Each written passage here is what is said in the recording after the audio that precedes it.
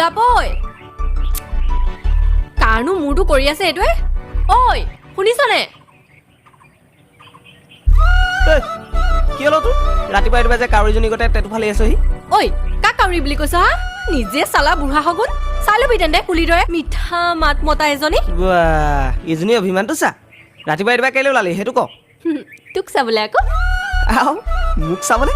কি চাবি চা গিলাচটো পৰহিলে ঘৰ নখোৱা আছে দেউতাই বৰদেউতাক মাতিবলৈ পঠাইছিলে সেইটো কাৰণে আহিলো যাবি দেই